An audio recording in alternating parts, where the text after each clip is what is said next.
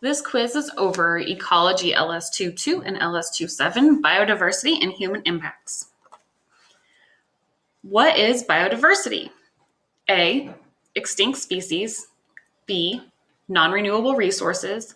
C, the variety of species on Earth. D, the rate of species decline.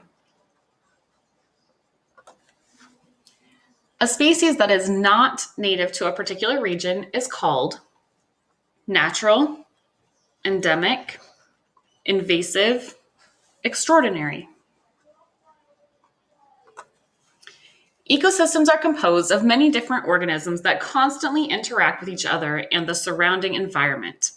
Which of the following is true about a given ecosystem? A, as biodiversity increases, the ecosystem becomes healthier and more resistant to moderate disturbances. B, biodiversity must remain low in order for organisms to have access to resources such as food, water, and territory. C, the ecosystem is dependent solely on how many animal species are present.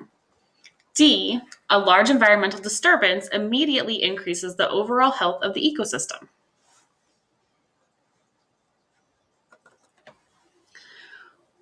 Which sentence from the text best describes a change in biodiversity?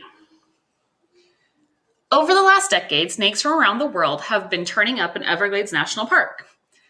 The Burmese python is the best known and most problematic of these snakes. Despite all the attention on these snakes, park visitors are unlikely to see a python in the wild.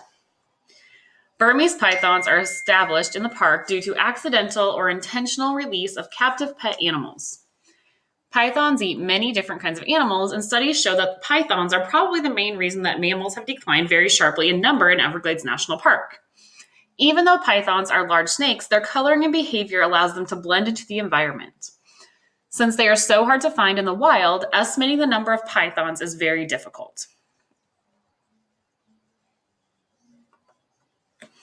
A destructive fungus has been introduced to a grove of orange trees and is spreading quickly.